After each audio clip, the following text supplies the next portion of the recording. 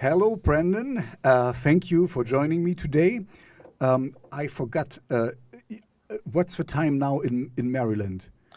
It's about 11 a.m. here. 11 Yeah. a.m. So, because I want to say, if I say good morning or what do I say? Yeah.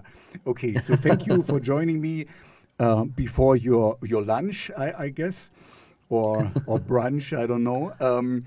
Can you please introduce yourself to the audience? Tell us what you're doing and where you're coming from, music background, device, and yeah, just give us a little overview of you and your band. Sure. Yeah, so my name is Brendan, as you mentioned, and I sing for a band called Hostile Array. We're based out of Central Maryland. We got some members scattered across from Baltimore to Frederick. We kind of consider Frederick, Maryland to be our home. But yeah, we play basically, traditionally we kind of played a little bit more like the post-hardcore, metalcore spectrum. And in more recent time, we've been kind of expanding our genre a little bit and trying to, incorporate various elements of like electronics and other kinds of things to just add a little bit more expression to our music. But yeah. Okay, so and this is recent. What does recent mean in time wise?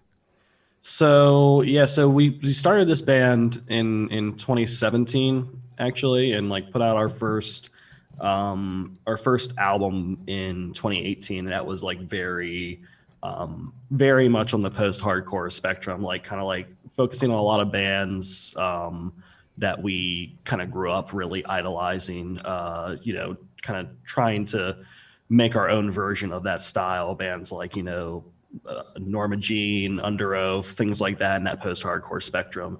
But then after that, we kind of wanted to change gears a little bit. And so we've recorded a couple singles. We have two out right now that have kind of started going in that direction. We just released our new single, Devil, about a month or so ago, a little bit over a month. So, and that was kind of like a big step in bringing in a lot of those electronic elements. And we actually have another single coming out next month that will also kind of follow in tandem with that. But yeah, it's really just kind of allowing ourselves to naturally evolve as our influences evolve. Because I know a lot of us, we grew up listening to very much like the metalcore and post-hardcore and hardcore music. But as we've kind of evolved as musicians and people over time, we kind of wanted to just take whatever we liked and throw it in there. Like I listen to a lot of hip hop and pop music, and our guitarist has a little bit of a niche for some industrial music as well. Like he kind of is really into some of that darker stuff.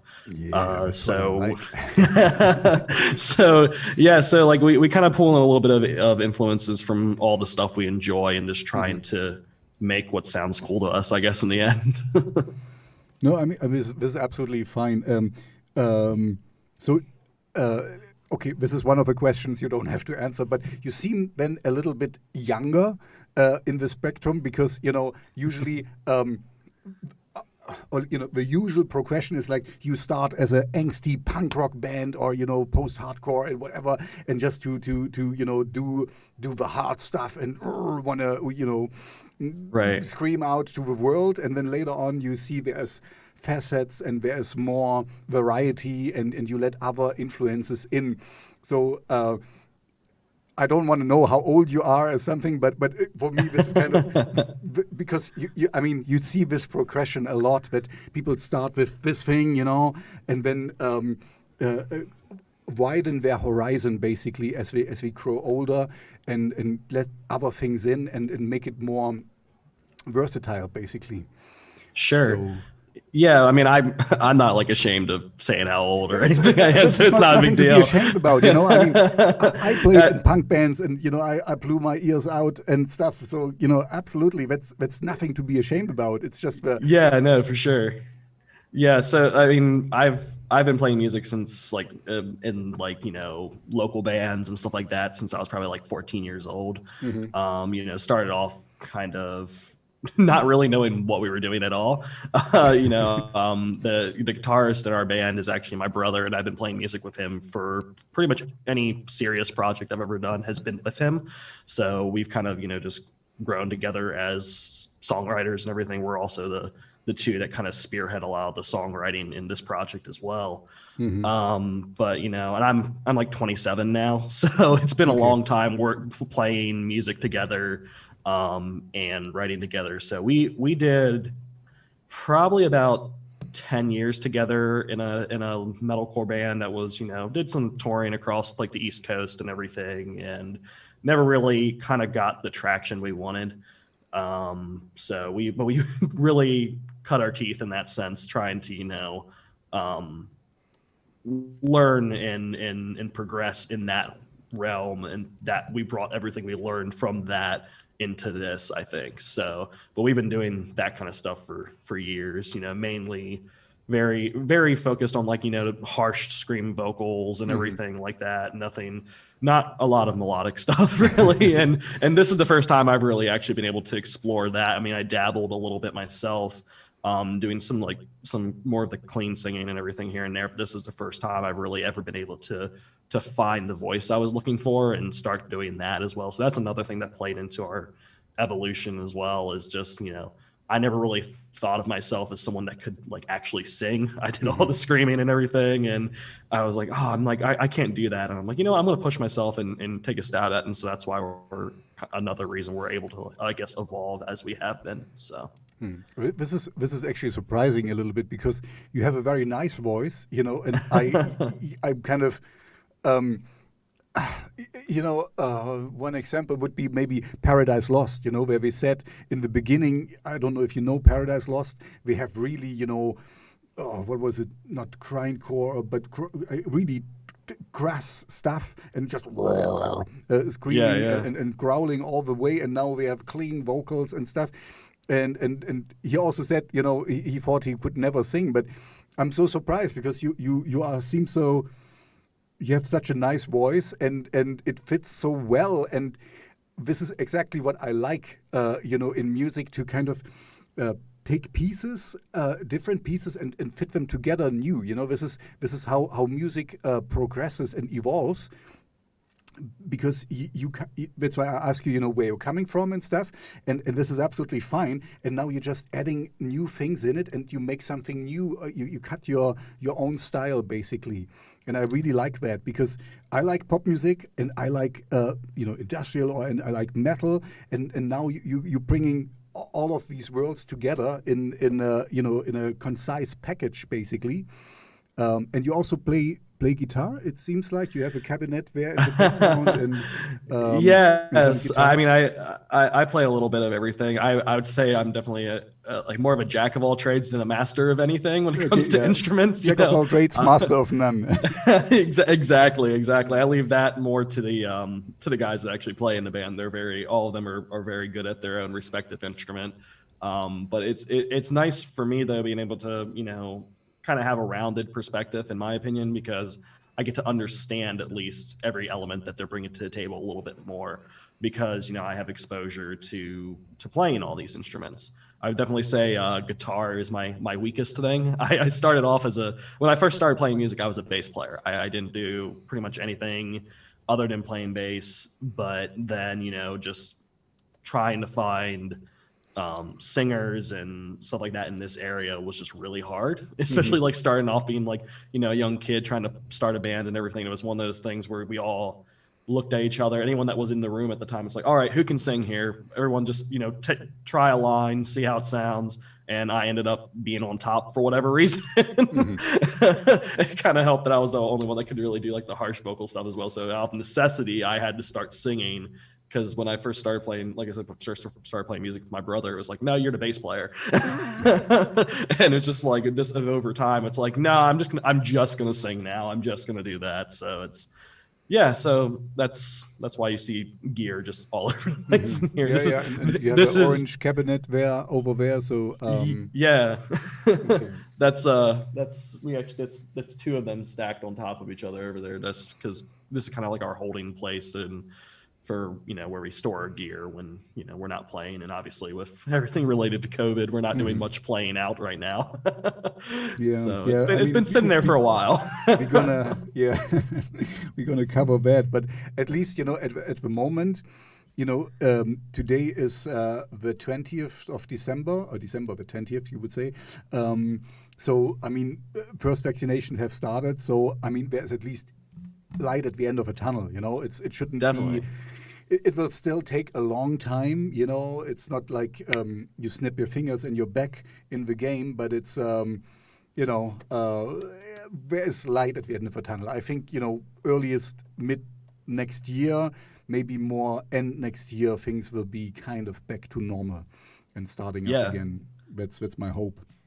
Yeah, I hope so. I mean, honestly, like it's been kind of funny because like COVID really, other than like keeping me here at home, because this is my house. I'm basically in my basement area. That's where I have like everything set up for music stuff and everything. But like, it hasn't really affected my workflow and my life that much as I would think. And I'm very lucky in that sense because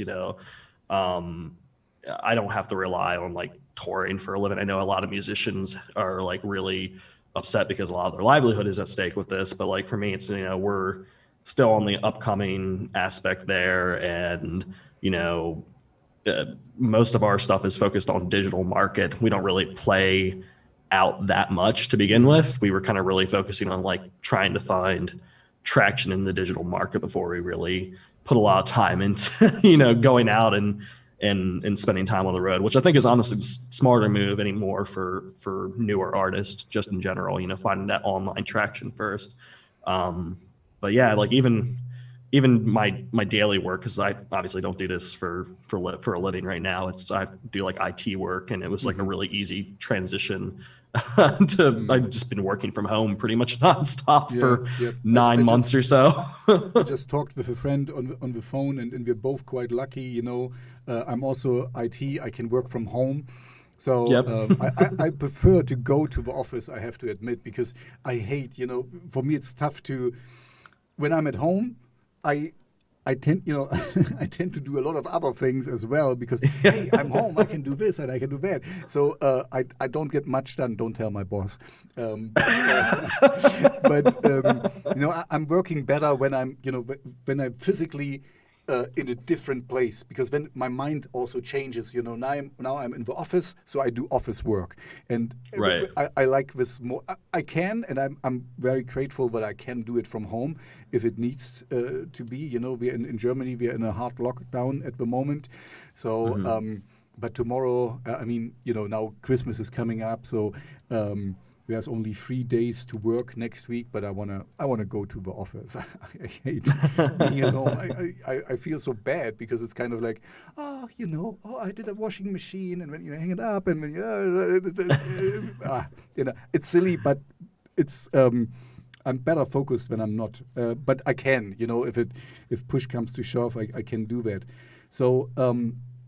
You actually answered one of the questions I would have asked you, even if I told you this is not an interview and it's more like a talk. But you already answered that this is not your livelihood. So this also gives you the freedom to explore, because there is nobody there, waiting for new stuff from you.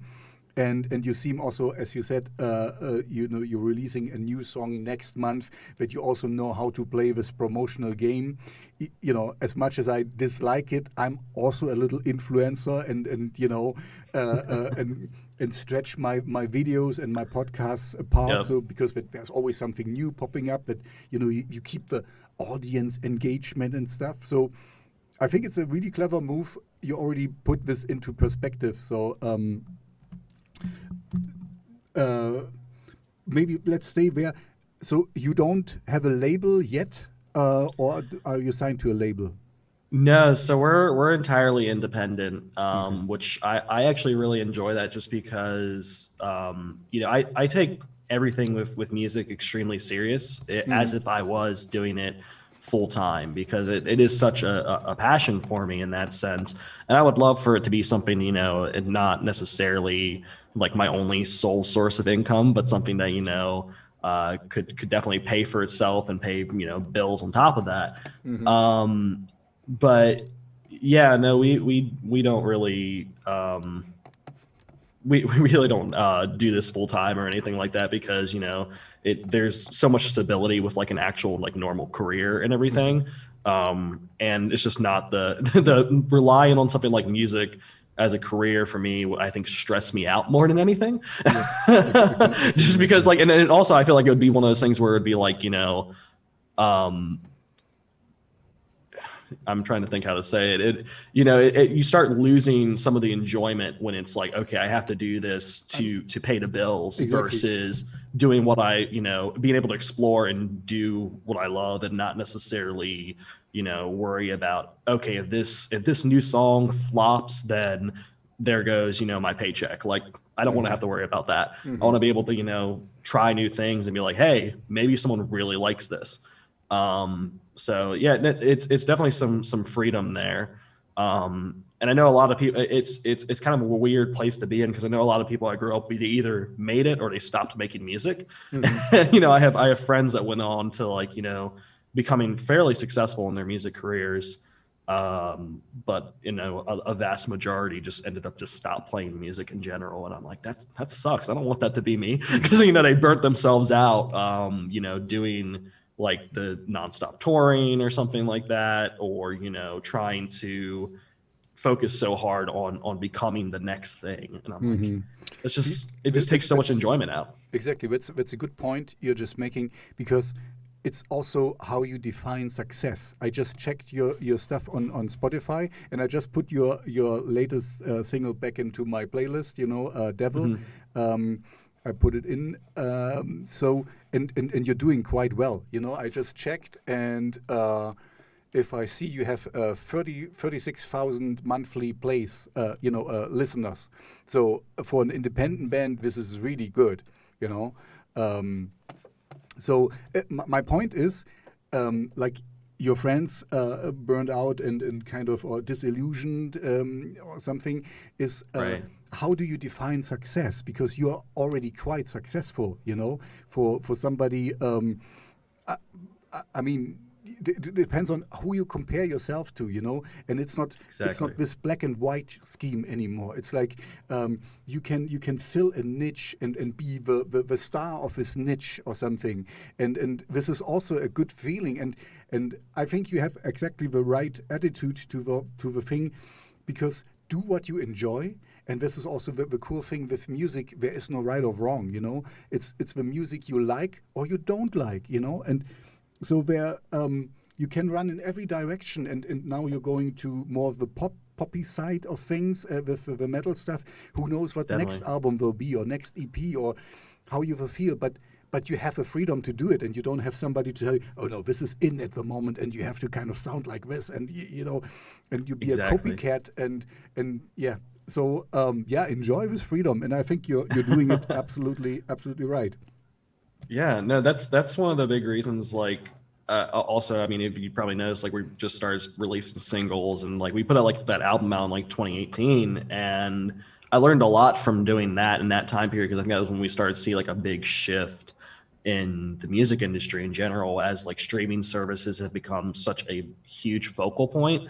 I was like, you know, okay, well, we'll release an album, and, you know, this one song catches on really well with a whole group of people, but then, you know, a couple, you know, probably 8 or 7 other songs, it's like, well, this isn't getting nearly as much traction. It's like, well, what is it? And it's like, it really changes how you like have to put your material out in front of people. And I'm like, you know, I remember hearing someone say something like, you know, if you can't get someone to pay attention to one song, what makes you think they want a whole album of it? And I'm like, you know, that's a great point. And so like that's we started like rethinking things, and it's like, you know, started looking at how like pop artists and hip hop artists do it, and like, you know, so many of them will put out single after single after single, and then maybe do an album here and there, or even take, you know, 4 or 5 of those singles they already released throughout the year and then they'll throw it on an album. I'm like, that's actually make an EP genius or from a something. promotional Yeah. thing. Yeah, exactly. I'm like, it's genius from a promotional aspect. And I'm kind of surprised more, I guess, more guitar driven and more like in the rock genre haven't started doing that. It seems like looking at it, I'm like, this makes sense. And some are making that adjustment, but I think there's like a lot of that focus in that album mentality, that very traditional promotional style. I'm like, I don't know, it just doesn't seem as feasible, especially for like an independent artist anymore. Yeah, this is also a good point, because I think you're absolutely right. There's still this thing like, oh, you have to get like 13 songs together, and then you have this album, and we have a big splash. And I think it's still true for really big bands. Like if you take Rammstein, they haven't done something for 10 years, and then they release an album, and everyone is talking about it and stuff. So but they already had the following, and they all people were waiting for it. For smaller artists, you always have to bob your head out every month or every 2 months to do something to stay relevant. This is a friend of mine said, hate the game but not the player. It's annoying because you have to do it, but on the other hand, you're an IT person. It's not that difficult either. For you can schedule things, and you can it's like you have it ready already. You maybe have your whole album ready and recorded, and then you just each month or each second month you send something out, and at the end of a year you make a special compilation and put a live rendition in or something as a bonus, Yeah. But you're absolutely, as you were saying it, I was thinking about how I perceive music myself, and I really have to admit I'm one of these new Spotify users. If I like one song, I take it and put it in my liked songs and in my playlists and stuff, and if I really are interested, then I look further and check the next one. And if I like what I hear, then I follow the artist. But honestly, as I'm a radio DJ as well, I get so much music. It's hard for me. One song is enough for me usually. Exactly. Then I move on, and it's not because I don't take the artist seriously. I mean, that's why we're talking, because I want to get to know the artist behind the music, which I like. And but it's so, I'm also, in a way, it's a little bit sad, because I still remember the time, I'm a little bit older, where you had a big hi-fi system at home, and you were sitting, you got the new album, maybe on vinyl, and you put it on, and then you heard the whole thing from start to finish. Who does this today? Nobody does this today. You have a workout list, and you have a relax list, and you have this list, and only little songs. One song of each artist, and it doesn't matter. You can complain about it. It's just the way it is, and you seem to already incorporate this in your in your there's definitely pros and cons to both, because I remember picking up CDs from the local store or whatever, and opening it up and pulling out the booklet and going through the lyrics, because the lyrics were always a big thing for me. I wanted to know what they were saying, what the song was about, all this stuff, even down to the credits. It's who worked on this album and everything, who mixed it, and exactly, the cover artwork. Yep. But I miss some of that, but at the same time, it's the world's evolving, and just you can't really fight against the current too much. I mean, people want to complain about things changing, but at the same time, like you said, you have to play the game to a certain extent. And there is a subculture. I was so surprised to see one of the bands I covered. They even brought out an audio cassette. I was like, cassettes? Somebody listening to cassettes? I mean, who has a cassette player anymore? So I mean, vinyl is back, and vinyl has this kind of niche as well. So you have limited runs and whatever, and yellow vinyl and whatever. So this is back. I was really surprised by that. And now even cassettes are coming back. I understand vinyl. Cassettes confuse me though, because it's not like the quality of the audio is better on a cassette. Nope. Vinyl, you can argue, it has really it has this warmer quality glow in it. Vinyl. Yeah. I understand. Well, and on top of that, it can also be just just appreciating the format as well. You know, it's got the, you know, you can get the different variants and everything. It's almost like a piece of art in and of itself. Versus like a cassette. It's like, I just look at a cassette, I'm like, this is like an ugly thing from the past I don't really care about, you know. And you know, just to we didn't have you know, not like I don't know, you know, normal cassettes. We even have a designed cassette. You know, it has a certain color and stuff.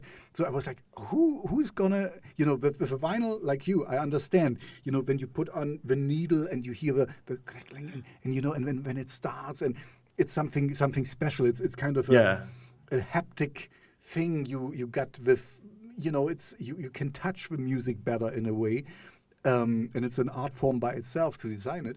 But a cassette, anyway, this is just like, I think, you know, for every extreme, the pendulum swings in one direction, and then it comes back, and then it kind of finds the middle ground. This is at least how I see it, you know. It was like everyone was, you know, you can delete all your stuff from your hard drives because everything is there in the cloud and stuff. And now people were like, oh, you know, I want to keep this and I want to buy that and I want to have this on my own and I want to maybe touch it. And so I get a vinyl copy.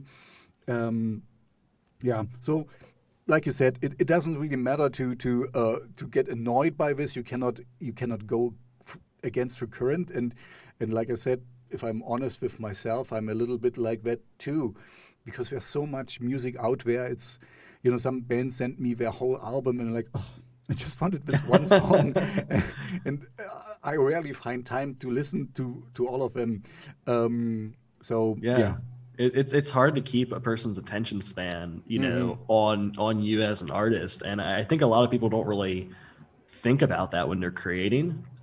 Just because, you know, like if you got to put yourself in like your audience's perspective, like obviously like do what makes you happy, but at the same time, like, you know, if what makes you happy is being able to share something and sharing that experience with other people, which I think like most artists would say, you know, even if they're making something that they truly enjoy, if other people don't enjoy it as well, you're missing a piece, you know, like to me, like it's like, well, if I'm the only person that enjoys this and someone else can't relate, because there's such a connection in music in that sense, I think is so important. If you can't make that connection, then it's like, well, why are we spinning wheels doing this? I guess, exactly. You know, that's exactly my point. And this is which, you know, you already answered this in the beginning, because you are independent and you're doing the music you want. And I really believe in that. You know, if you phone it in and if you fake it, you can go somewhere, but you wouldn't be happy with yourself, you know. I mean, if you don't embody, if you don't really feel what you're doing and what you're singing and what you're, you know, the music you create, why doing it? You know, I mean, I get it. But it's not like it's not like an exercise that you do it to stay fit or something. This is something more intellectual. This is art, you know. And if you don't like it. And the worst thing, as I see it, is that you create something that is kind of like, meh, you know, it's not really bad, it's not really good, it's just like, I rather have somebody saying, oh, this one really sucks, I don't, you know, but at least it has a reaction, you know. I mean, art is kind of, it should push boundaries a little bit, and it should kind of get you out of your comfort zone. I wanted to say something else as we were talking. Shit, I forgot. It was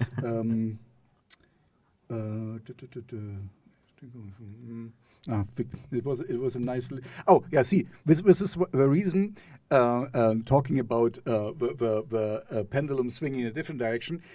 My radio boss, because I did these shows before, you know, I mean, talking with bands, and we were going for 1 or 2 hours, and I was playing them on the radio, and my radio boss said, no, you're not going to do this anymore. If you're going to have people on, just like 3 minutes the most, you know, little snippets. And I was like, no, but I don't want to do that, because everyone does this little snippet thing. But what can you ask in 3 minutes? You know, what can we go really deep dive into your music in 3 minutes? When you just say, the new album, and we liked, I don't know, I saw a dog walking across the street and I wrote a dog song and blah, blah, blah, you know, and then it's gone. You know? Right. I get my station boss, you know, because for them it's like, if I play something for 2 hours and you're not interested in this band, then it's 2 hours kind of nothing for you, you know. Yeah. So that's why I put it now on YouTube. But I deliberately, because a lot of people told me, you have to make it short, you have to, like 15 minutes at the most segments and stuff. And I don't want that. I want exactly that we talk and that we get into, like I said, before we started talking, that we can argue about things and that we can get to know each other a little bit, that people can get to know you. I should not talk so much about myself, but anyway, this just came up in my mind. That's why I kind of make it on purpose, at least for an hour. That we get to see the person behind the music and not just like, oh yeah, that's me. I made a new song and thank you for listening, and boof, done. Right. Nothing learned. Yeah, no, I definitely appreciate that, because like I know, like if it's something that like catches my attention, like if there's an artist that like does like a deep dive on something, like I know I'll be one of those first people that like line up for it. It really, I guess it really depends on who it's connecting with, because there's some artists I'll be scrolling through and I'm like, I don't really care that much about that specific artist. I'm not going to dig too deep into what they're saying about this. But if it's something like that I really connect with, I'm like, yeah, I want to hear that whole 30, 40, whatever minute interview just to see like where they're coming from and what's inside their head. So like, I guess it really depends on who you're trying to fish for and knowing your market. That's the thing. Yeah. It's not for everyone, and that's absolutely fine with me. I don't like I'm independent. Nobody asked me to do this, and I'm picking the people I want to talk to. I only talk with people with, where I like the music. So only people I like in the first place I'm talking to, so nobody tells me. And I like this freedom, and this is enjoyable. And if people don't want it, just don't click it. It's as easy exactly. as it is. So anyway, let's go back to your music. So sure. We know where you're coming from. So how did you meet with the rest of the band? You already said your brother is a guitar player and forced you to play bass, and now you're allowed to sing. So how did you meet with the others? I wouldn't say forced to play bass. It was more like, because I was suggested very strongly. Well, I was the little brother, so he's like 4 years older than me. And I was like 13, 14 when I first started like really starting to play music and everything. I mean, I'd like played piano and stuff like that growing up, and never like really cared to. Kind of regret that now, because there's so much you can learn from that, but that's a whole other thing. I saw he was playing guitar and everything. I'm like, well, what instrument do you like not see many people playing? And I was like, oh, I'll play bass. Like that's what I'll do, because like that way I'll be an essential piece. There you go. I had no idea I was going to end up being a singer in any band at all at that point. But so like him and I obviously go way back. As for the other guys that are currently in the band, our other guitarist, we met him actually when my brother and I were playing in another band back in, I think we stopped playing that band like back in like 2015 or something like that. But we were actually about ready to embark on a tour across parts of the East Coast and parts of like, Midwest, etc. And the person that was playing bass for us at the time in that band couldn't actually go on tour. So we were like scrambling to find someone to fill in for him. And so that's when, I started going through like every contact I knew that played bass at the time. And I was striking out everywhere. And I remember one of my other friends had a band that had a bassist that I hadn't contacted yet, and I barely knew the guy. I met him probably 2 or 3 times before that. And I was like, I'm gonna go out on a limb here, do this. I think I probably talked to 10 other people before that, and everyone else said no, they couldn't do it. So I call this guy up, and his name is Hector. That's our other guitarist. And so I call Hector up, and I was like, hey, my band's going on a tour for like 2.5 weeks. I don't know if you'd be interested, just going out on the road and everything. And before I could even give him like any details, it was just instantly, yes. Like he just wanted to go and I think just go and play music somewhere, and go out and have the experience. And so, we had him over for a few practices. He learned all the parts, And next thing I know, we're in a van with him for 2.5 weeks. This guy that I barely know. And we became really good friends after that. And since then, we've just been playing music together ever since. And as that evolved, he took on playing guitar instead of bass. And funny enough, same kind of a similar thing where it's like a friend of a friend. Our drummer, whose name is Freddie, was actually one of Hector's coworkers at a sandwich shop they worked at back in the time. It was super random, and we just happened to needed a drummer in our old band together. And so one day Hector's just like, yeah, he's like, this guy that works with us is like a really good drummer and everything. I'm like, who are you gonna get from some random sandwich shop? I have no idea who this kid is. Like, and he's telling me all this stuff about him, and I'm like, I'm just kind of ignoring it, not really caring. And on top of that, he tells me, he's like, oh yeah, he's pretty young, because at the time he was like 17 years old. And I'm like, I'm in probably like my early 20s at this point. I'm like, the 17-year, like, how good can the 17-year-old be? So I finally let him convince him to bring him to a practice, and I was blown away. Kid was incredible on drums. I thought he hated us, honestly, because he was super quiet. Still is kind of a little bit on the quiet side. But I was blown away that he was such a good drummer. So I was like, you know what? At the end of practice, I'm like, if you want this gig, you got it. And then I've been playing. That was like, I want to say that was at the end of like 2014 or something like that. And he's been playing with us ever since. And then the last member, our bassist, Brody, was actually kind of a newer add-on. He joined right around the time we were putting out our single Paranoia in 2019. Mm-hmm. And he was just he was a friend of a friend that was in another band. And, we got along pretty well. Started, hanging out and everything at his band shows and everything. I got to know him a little bit better.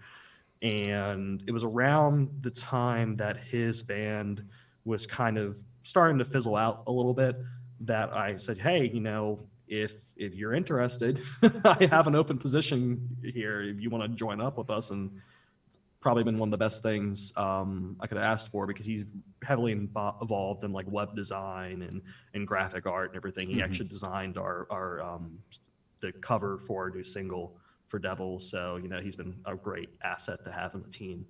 But yeah, that's kind of like the long-winded way of telling you how everyone else got together. This is how things go sometimes. And what I hear from that is basically, what I can say to every musician out there: do something. Go out and do something. I mean, not at the moment, of course, but do something. And even if it's not perfect, you get to know people, and people get to know you, and then at least, you can get connecting is the most important part in the whole thing. That, it's essential to, it's funny that it was so random with a sandwich shop, guys, that you got two people from one sandwich shop, but this is important to tell also to other people that they're not like, how would you meet otherwise people? Go to shows, talk with people, get to know people, work your way through up and through, and also, if you feel that you want to say something, music-wise, do it, and right. Find people who share the same vision. So it's for me, this is kind of a tale of endurance and persistence. You stuck with it, and you're getting there now. Maybe let's talk about how. So you're a real full-fledged band at the moment, right? Yeah, definitely. So how do you, because you just shifted from the metalcore, post-hardcore stuff to your new direction, how did you kind of got where? I mean, you already alluded a little bit to that you're kind of having more influences and you're letting things play out. But how do you, as a band, come to the a finished song? Because this is the good and the bad thing. I talk with a lot of single artists, solo artists. For them it's kind of, when they have an idea, they do it. For them it's more of a problem that they know when to finish it and if it's good or not. The self-doubt. With a band, it's easier, in my opinion, because you have different influences, you have different people kind of chipping in, and so you're creating something that you as a single person would never think of. When you have a good drummer, you have maybe a drum pattern in your head, but he will play it even differently and of things that you didn't thought of. But even if you come up with a riff or with a voice line or whatever, the vocal line. So how does it work? Can you just walk me, us, the audience, through how you come to a song, how it happens, and Sure. And then you decide when it's finished, because this is another problem of a lot of artists, to finish a song because it's never finished. Right. Yeah, I think there's a lot to unpack in that, actually, because like I think there's a blessing and a curse being a band versus a solo artist, I guess, because like as a solo artist, you really get to keep your vision exactly the way you want it, and with like a band, how well you can do it, right, it's also another thing.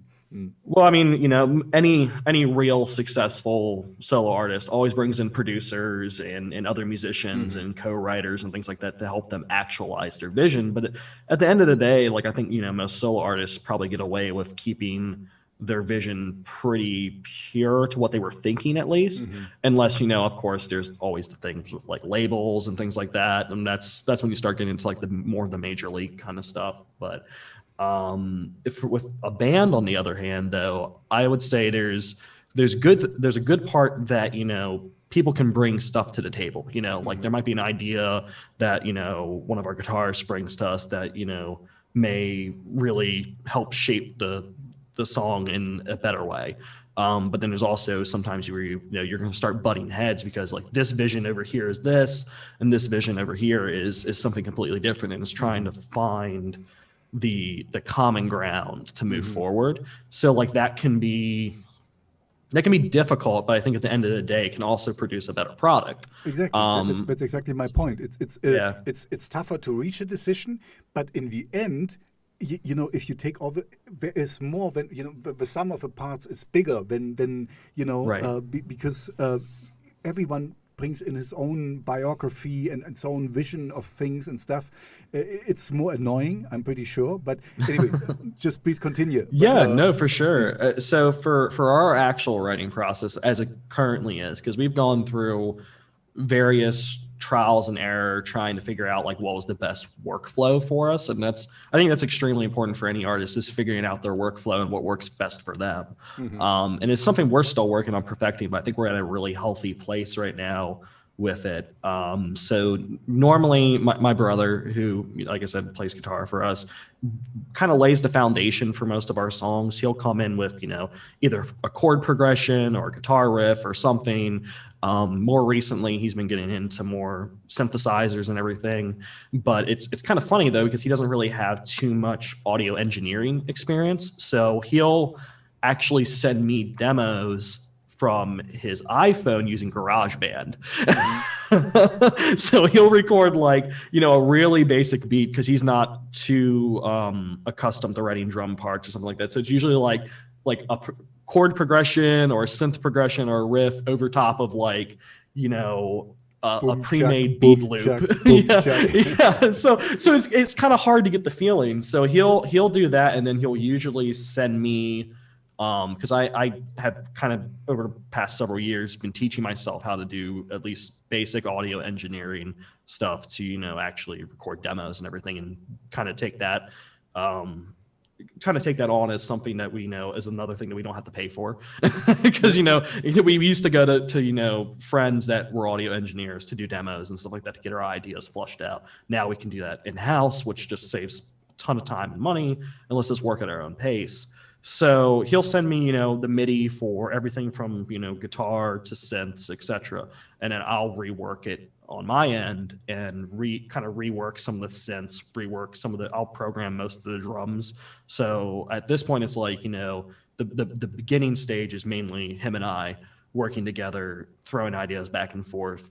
And then once we get something that we feel really confident in, like song structure and overall texture, we'll start showing it to the rest of the band, and then they'll start providing their 2 cents and say, hey, maybe we should do this like this, or maybe we should change this part to that. It's very much a collaborative process, but it's, there's steps, it's like, hey, we're not going to bring them in super early on this because it's going to sound terrible and they're going to say, no, throw this away.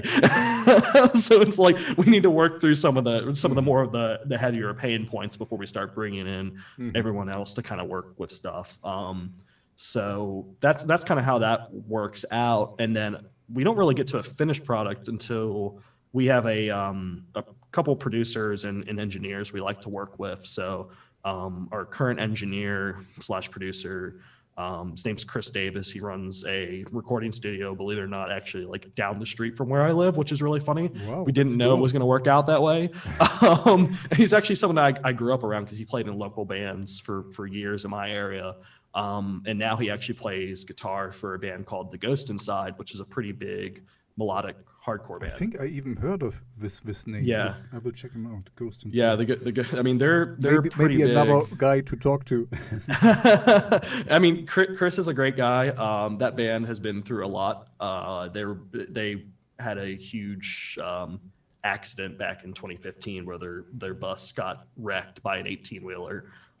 So yeah, there's a whole story there. I won't get too deep into that because that's definitely their story to tell, but I would definitely recommend checking them out. But yeah, he's our main producer right now. And he's been great to work with. So he definitely gives his 2 cents. And then we also have someone that gives us a little bit more advice on the electronic side, and helps us with a lot of the programming and production there. His name is Andrew Simmons, and he's a producer down in South Carolina. That we actually met through Chris, and he's been great. He worked with us on our last single, Devil, and then our new single coming out in January. He also did some production work for us on that. And really what it is, he's taking the ideas that we already provided him and just like, hey, here's my spin on it, and redoing it with much better samples because my sample library is not very expansive. I work with a lot of stock plugins that don't sound as good texture wise. So it's like, hey, can you make this not sound like it just came straight out of like the basic synthesizer pack, please? And like give it your own twist, please, because I know he is incredibly good at that world of music. I would say that is his specialty for sure. So and your vocals, you would also go to the studio then, because I mean, they're really polished from the songs I heard so far. Like Devil. Yeah. You do them in the studio, right? So fun fact about that, actually, that's actually a really funny question because I actually recorded the vocals for Devil right here in this room with this microphone that I'm speaking into right now. It's just an SM7B, but we actually recorded that and the new single that's coming out in about April of this year. And obviously with COVID lockdowns, we were trying to not be around other people that much. And I know our producer, Chris, was very concerned at that point in time because, his studio is attached to his house. And, where his wife and his kid are, he doesn't want to get sick. He doesn't want to get his family sick and everything, and understandably so. So it was like, okay, how do we do this? We had studio time scheduled. How do we work around this? So we actually ended up doing pretty much all of our sessions over Zoom.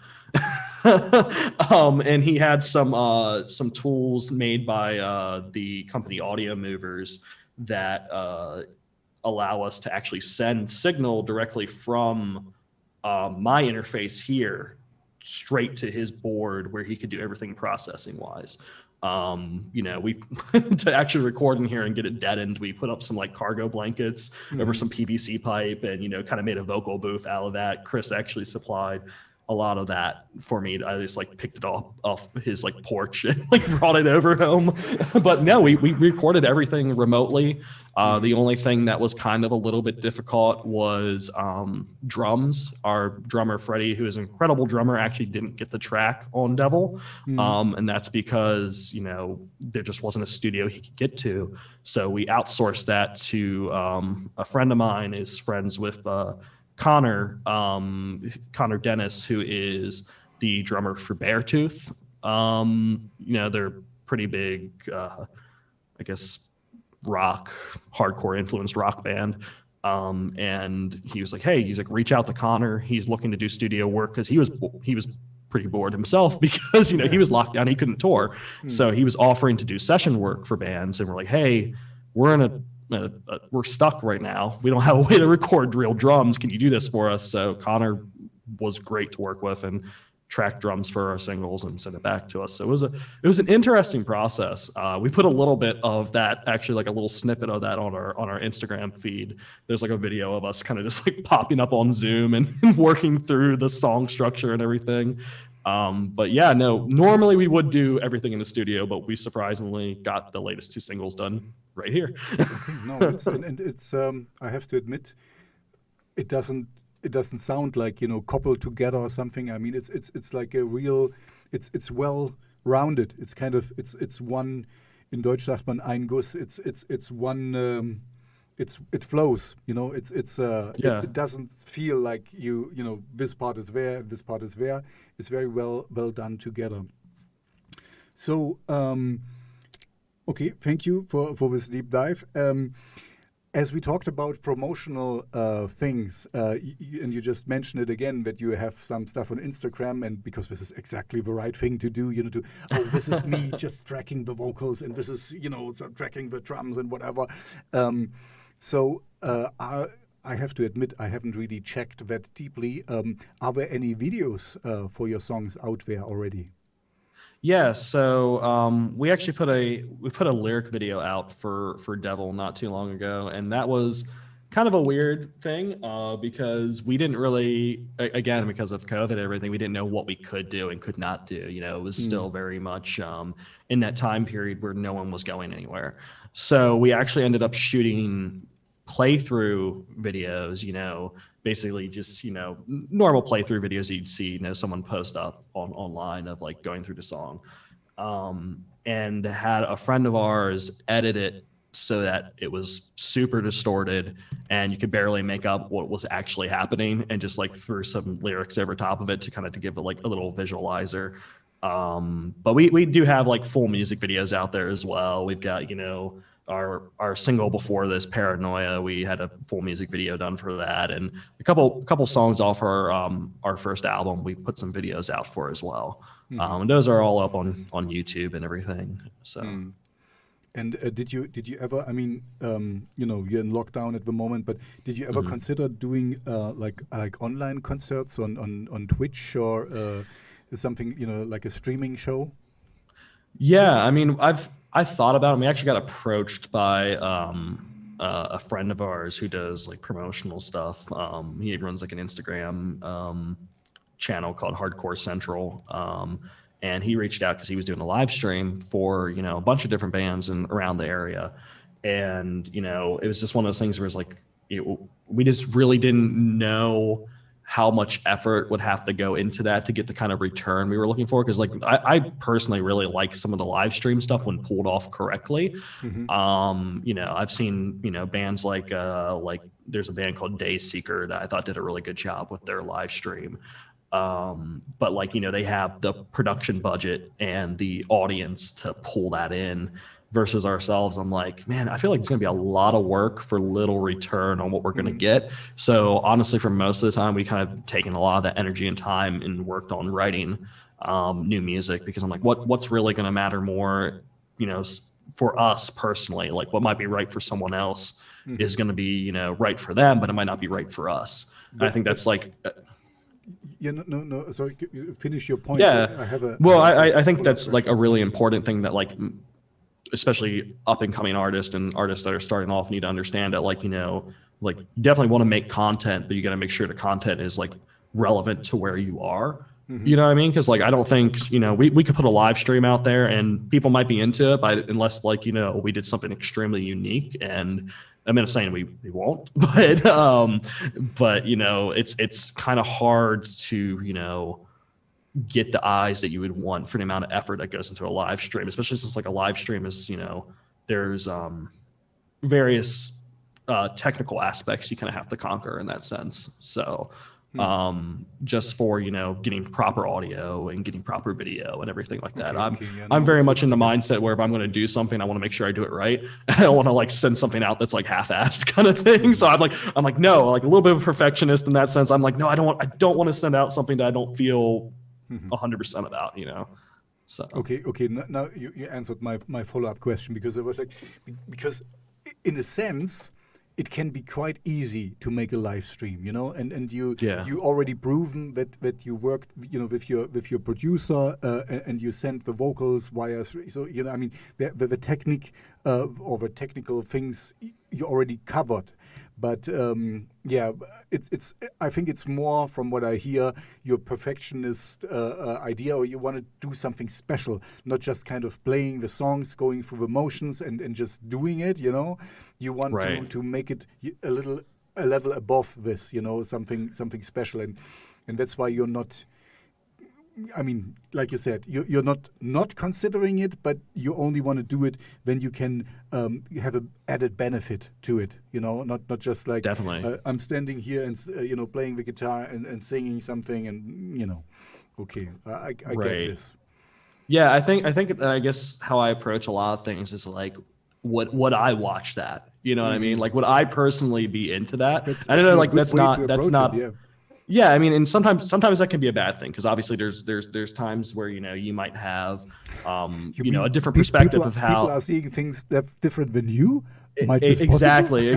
That's where it can be dangerous if you just really get like into that mindset where it's like, well, I don't like that, so no one else is gonna like that. Like that's a danger zone right there for sure.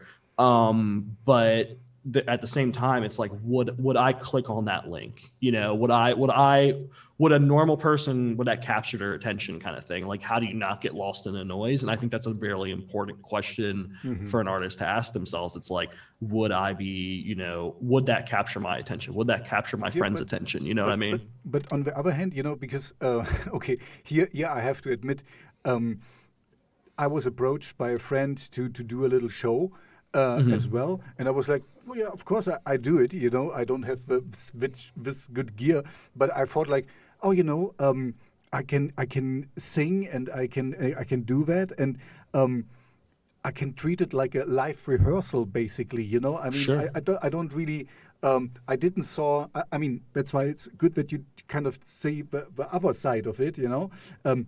It will not be anything special. It will be just there. And if I at home and practice just on my own, or if somebody watches me, I don't really care. People might come in and go out and stuff. I sometimes stream a little bit when I do my radio show, but of course it's not. It's online, but it's not on Instagram. But sometimes I put on, and then people waving and people, check it for a little while and stuff. So I get your point, but also on the other hand, you have nothing to lose, really. I mean, it's a valid point. I mean, in a way. Anyway, just maybe think about it, because I'm coming from the other side, basically. You're a perfectionist, and you wanted to have it really. And this is absolutely a valid point. It's kind of if people don't know you, and you're just like, and you miss, you don't hit the note right, and there's difficulties, and people kind of what is this crap? They will never check you out again, maybe. But I think it's more like that people who already know you would check you out, and then if they know this is kind of a, not impromptu, but it's kind of like more like a rehearsal thing, what happens here, and there will be they might be even more forgiving and just be happy. People, they do something. You see, I cannot say what's right or wrong, but kind of giving you an outside perspective of a thing. I get your point. Definitely. But I'm also like, oh man, what do I have to lose? And it would be fun, to see if something happens and goes on. And yeah, I mean, it's a valid point for sure. And believe me, that's crossed my mind. I'm kind of like, I've been going back and forth, especially as time has like progressed more. I'm like, maybe we should kind of organize something and see what happens. But like, there's definitely like a level of prioritization. It's like, okay, what kind of content do I want to put out? And also that like that return on investment kind of aspect as well. There are cheap ways to do it. Exactly. Now listen to me. Listen to me. Let's have a little strategy meeting, because sure. if you do it absolutely right. Like with your professional thing in mind, then maybe just pick 3 or 5 songs or something. Not right. a whole show, but you can really put it down, to the notch or whatever I don't know how you call it, but anyway, you make it really, really good, well polished, right? And then use as many cameras as you can, and you have some live footage, and you can later intercut it with a real video story or something, and then you have something that you have the added benefit, and like you said, your return of investment. You got this stream, you got video footage, you got things, what happened here, and right. I'm your promotional manager. Hey, I'm all about that. So I always hearing some alternate perspectives. I don't do whatever you feel what's right. That's the most important thing. Yeah. We talked about this. You are an independent, or you are all an independent artist, an independent band. So this is the freedom you have, and this is great. Use the freedom you have, but honestly, I don't think you have much to lose, and I don't think you will be performing that bad, and you can maybe just do a trial run and record it, and then just sit down as a band, even in different area, like we do have a sure. Zoom meeting now, and go through it and say, okay, this went well, and maybe this angle is better, and then you can kind of progress, because like I said in the beginning, I honestly believe that it will be at least until summer next year. Worst case, even until end next year, that there will be nothing, to go out to. So why not do that? And you practice. You practice something. If you take a closed just for rehearsal purpose, and if it works well, you can do it live. Yeah. No, that's all very fair points. I don't disagree at all. Honestly, it's something that. Maybe we'll see how it goes in the next couple months. We'll see if something pops up or not. Honestly, and here I think we completely agree. Is life. If you go to a real there is concert, no real substitute for sure. Exactly. This is just a very faded blueprint of something. It's not really the real thing. Yeah. I talked with a lot of musicians, and if you think about it, but you smell the sweat of the other people, you smell the beer, and this is, there's ugly parts to it, but it's like a congregation. It's like a celebration of music. You dance, and you move, and it's just, and after a concert, I guess it happened to you too. You go out and like, you're completely flashed, and it's kind of like, for a few weeks you still can, have it in your head, and this rush of adrenaline if you're on the stage, or if you're just in the mosh pit or whatever. Anyway, so we don't. Yeah, there's some people sweat. I'm okay with not ever having to smell again, so I'm okay with that. Like, if they're gonna bring shows back, they should definitely have some mandatory shower rules beforehand, because I know some of those people are coming in and are not like that. So Okay, this was the pendulum swung way over, but I know hygiene is a nice thing, and I agree with you here as well. Okay, so we had this and that. This is one question I always like to ask, and as you were in the lucky position that you already had some live shows before the lockdown, were there any fun antics that happened on the road or on the stage? Some funny things going wrong or going right? Some fun bloopers you can share or want to share? Only share if you are sure. comfortable, Yeah, and in this band we haven't had like too many like major like mishaps or anything, because like as far as like actual like shows and stuff like that, we haven't done that much touring with this band. Like I said, we kind of approached everything a little bit differently than I have in the past with like previous bands. I definitely have plenty of little things that have happened in the past with previous bands. Everything's from like, tires exploding on the back of trailers and things like that, and getting like in really weird situations at shows. I remember there was a place in one of my old bands. We played in like this little backwoods town in Tennessee that was like raided by the cops like 3 different times in the middle of the night, because I guess we were at a bar. So yeah, like during our tour date there, would like the cops showed up 3 different times. And the reason is because we were in a dry county, because in certain places here, liquor still can't be sold in some counties in certain states in the U.S. And I've always thought that's kind of weird. But you can like serve like beer and wine, but you can't serve liquor. So this bar we were playing at that night was serving liquor, and the cops would come in and do like raids. Yeah, they would do raids, and it was kind of funny because like all of a sudden just like 2 or 3 cop cars pull up, and it was a little bit sketchy because at the time most of the people in the bands we were playing with weren't old enough to be in the bars. We were all under 21, and in the US, of course, 21's the age that you're allowed to be around alcohol. So we had that happen, and later on the cops ended up coming back because there was an older guy there that was drunk off his ass, and he fell over and broke his leg. So the cops had to come back and wheel him out on a stretcher. And the funniest thing to me in that whole situation, is as sad as it was, that some dude broke his leg, he was wheeled out on the stretcher, and he was holding my old band's CD on his chest as he was being put into the ambulance. I was like, no way. There's no way this is happening. This is a hardcore fan. So like, little quirky things like that have happened over the years, but I don't have any like extremely crazy stories with our current band. Really, sometimes it's better to not be too extremely, because once again the pendulum can swing in this direction or in the other direction.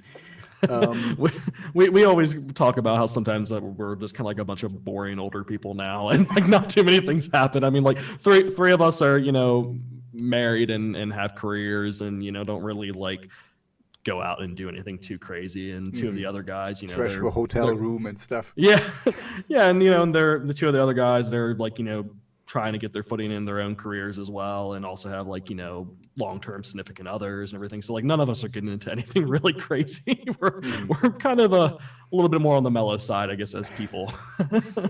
but that's fine. That's how life is, and once again, this is also a good thing because you're kind of settled, and you're not going out to score, and it's kind of it makes things easier. Where you belong, and you can focus more on the you don't need to impress anyone. You're just doing what you love, and this is the best place where you can come from.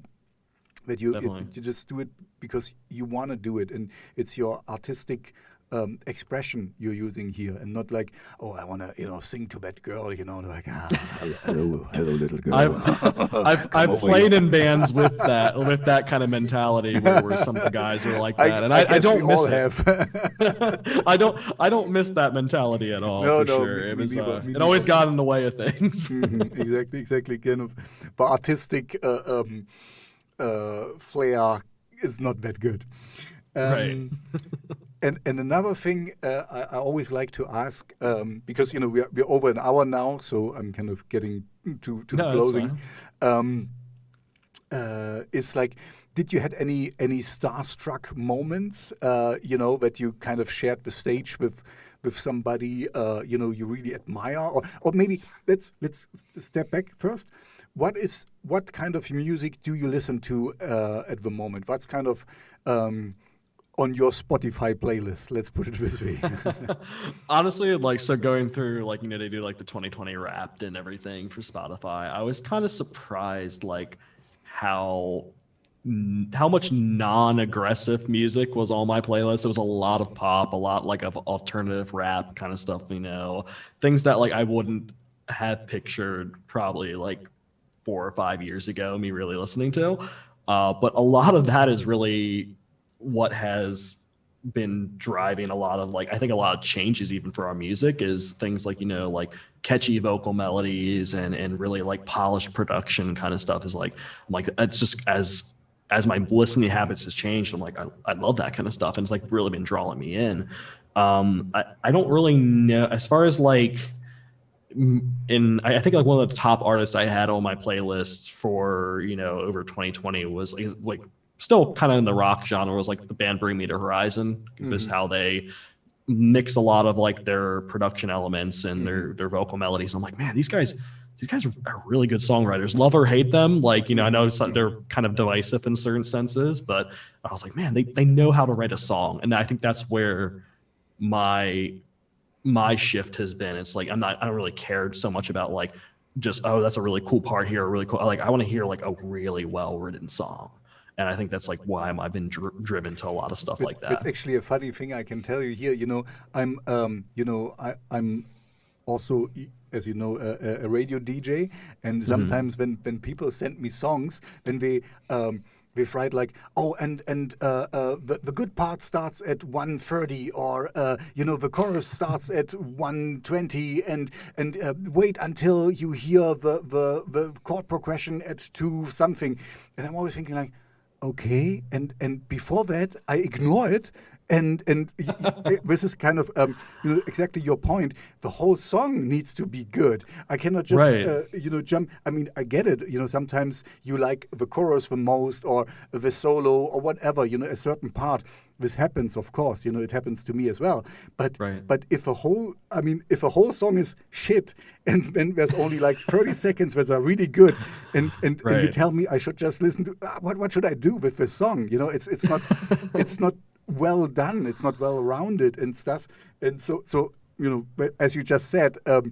This is so funny when I get this. And I'm always, when I write back to them and what should I do with 1 minute 30 before the good part happens? Should I not listen it? Should I blend it out? Should I mute it?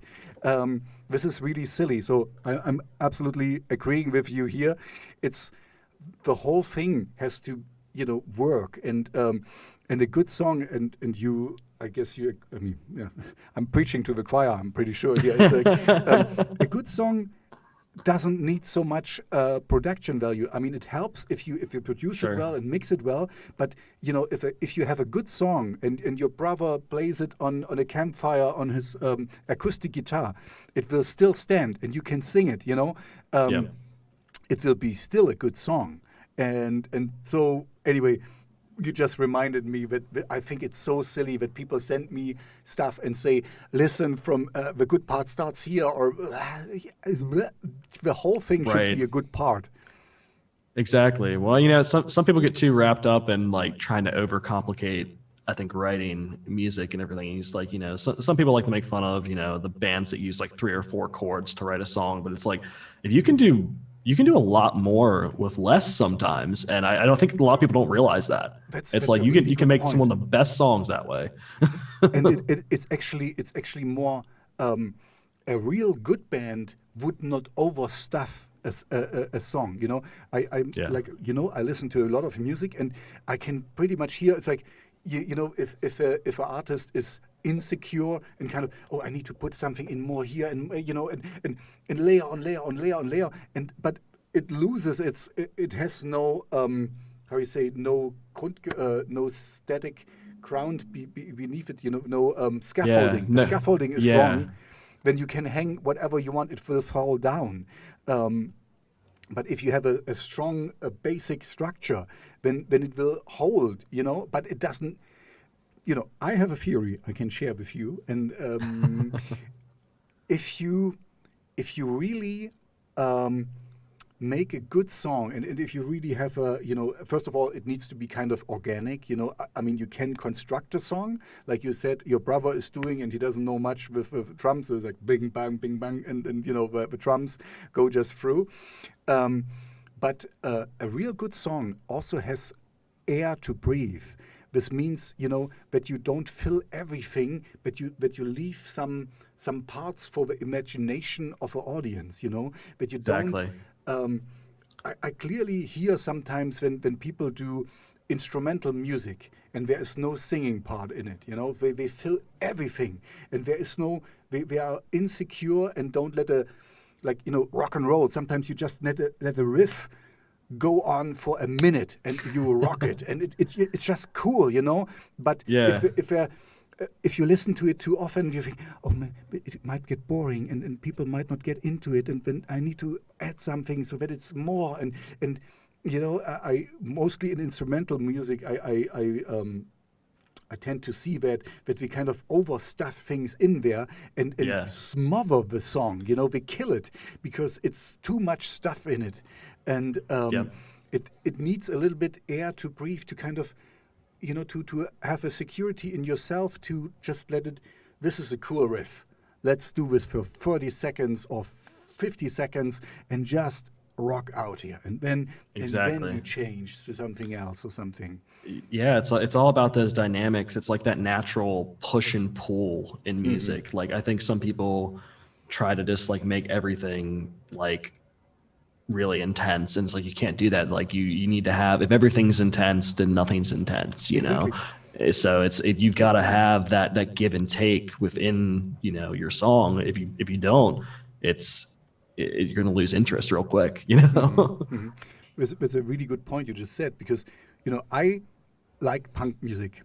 I don't mind punk music, but if you play one punk song 180 beats per minute and the next one is 180 beats per minute and the next one and the next, I lose interest. After 3 songs I'm gone, because I get it, but it's also take down the dynamics and slow down a little bit and make it interesting, not always bam bam bam bam bam bam. And Yep. I get it, but this works for a few songs, but not for the whole evening, because then exactly the opposite happens. Like you said, everything slows down.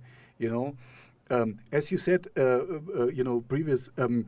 We talked about the haptic thing that you buy a CD and stuff. The last CD I bought was Red Hot Chili Peppers' Californication. And I was like, I was really blown away by this, because how little they did in some of the songs. Yeah. They are really good musicians, but they are not Right. insecure and have to show off in every song. Okay, I can do a solo, and the bass player, I can do ding ding ding ding ding ding ding.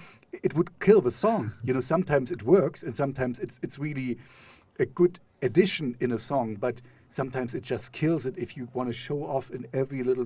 This is the gent and progressive songs often I don't get, because we Right. change every 7 seconds and different rhythm sections, and you cannot get into them. That's Yeah. why I connected with your music so well, because for me it's the perfect marriage between some harder stuff with pop lyrics, music, and stuff. All the things I like, you kind of rolled into one thing, and I can connect. I know for myself that I'm more a simple person. If you give me too much, I have problems with jazz, and it's kind of, if you it's a little bit too much for me. I cannot enjoy that music. Right. Yeah, I think that's a lot of people try to write music for musicians and Yes. not for the Yes. casual listener. And I'm like, as a musician, I still enjoy the casual listener stuff more than the stuff that's written for musicians. And I think the gent stuff example you brought up, like that is like, to me, it's like it's similar to the way like jazz can be. It's not really written for the casual listener. It's written for other people that play those instruments to appreciate the complexity and everything. But it's like, that's not something that's really going to get like stuck in your head, in my opinion. It's not like getting that catchy hook is like, I think for me is more enjoyable than like, okay, I've got a really complex part here that, is really cool. But I don't know. That's just me. I know not everyone agrees with that, and like what you like. But I'm with you exactly. That's also a fair point. If you like it, go for it. That's fine. But yeah, I see it more like you. It's music for musicians, and I cannot say it's bad. It's just it's just so overcomplicated, and you cannot dance, you cannot mosh, you cannot really move, because when it changes again and you're you don't want to look Right. stupid or something, and I think, I guess you are a musician as well. You went through this phase as well. When you sometimes you go to concerts and then you just stand there and like, oh, he missed a note. And you don't really listen to the music. You're just like Right. analyzing. Okay, this beat is a little bit off, and this guitar is a little bit it's not right tuned. It's man, but you don't listen to the whole thing. I mean, this is you dissect the music and cannot enjoy it anymore. So just Yep. like you said, it's for the casual listeners, and not for the pros, and also with all the mixing and mastering. I mean, I know, of course, it's very important, but let's face it, the most people listen on their iPods, and or with their cell phones, and don't have the best equipment. Maybe Right. it's kind of like sometimes it's a little bit like over the top. I mean, don't get me wrong, it's still good to do it, but like we talked earlier, nobody is really sitting down, putting on his stereo and hi-fi system and Yep. hits play and let's listen to this new album from Right. Yeah, I'm personally definitely not one of those people that's like an audiophile where it's like I need to like have the most high quality stream rate, or like not even stream. I guess a lot of people that are really into that like don't really stream as much. But like I'm definitely like, I want good quality stuff to listen to, but I'm not gonna go out of my way to like do extra steps to get like that little extra that you like of clarity, with those, like here's my $1,000 headphones or something like that. It's like, no, you can barely tell the difference. Like it's not that big of a difference. I mean, there is differences, that's for sure, but Yeah. Sometimes it's more like in your head that you kind of like, oh yeah, this is so much better. I paid $100 more than you, so it needs to be better. And the low end. Got to justify it in your head, that purchase. Exactly. So, yeah. Okay. So one of the last things I'm going to ask you now is, I alluded already a little bit to it. Did you had any starstruck moments as you were out touring? You shared the stage with somebody you really admire, or you were like, oh man, like in a festival or something, that you met somebody. Yeah, so like I don't know if I've ever really gotten like super starstruck with any of the like Yeah, artists we've you ever seem gotten a more like a chance to play relaxed with, guy but in person, so but maybe seeing I somebody. think for me though, like kind of like a wow moment for me was it wasn't even with this band, because like I said, we haven't really played super large amount of shows, but like I'd say probably back in like 2011 or something like that, I got a chance to play a sold out show at like one of our home venues in Baltimore. It used to be called Sonar, and it was like, it was like a mid-range size club. It wasn't the biggest club in Baltimore, but it was probably like 1,000 capacity venue or something. It was sold out, and we were the only opening band for this tour, and it was opening for Parkway Drive. And I'm not even like a huge, like, I have a lot of respect for Parkway Drive. I'm not like their biggest fan in the world, not because I dislike them. It's just never been like something that I latched onto with like a super emotional connection. But being able to like be a part of that and share that stage with them was just kind of like a big wow moment, and it was that adrenaline, like you were saying, from like a show, being able to like feel that was more of like probably the closest I would say to being like starstruck. It wasn't even like, oh, like because of in awe of like a specific person. It was just kind of like in awe of the situation and just the energy in the room and being able to play that. And like honestly back then, like I don't even think like what we were doing on stage ourselves was that great. Like I look back, I'm like, I really don't care for what we were playing back then. Like just, because you grow, you learn, but like just the experience is something that I wouldn't trade for anything, because it was such a like there was like a high you get from that, and it was wonderful. And I always look back off it on like fond memories for sure. Okay, thank you. That's a really nice closing statement.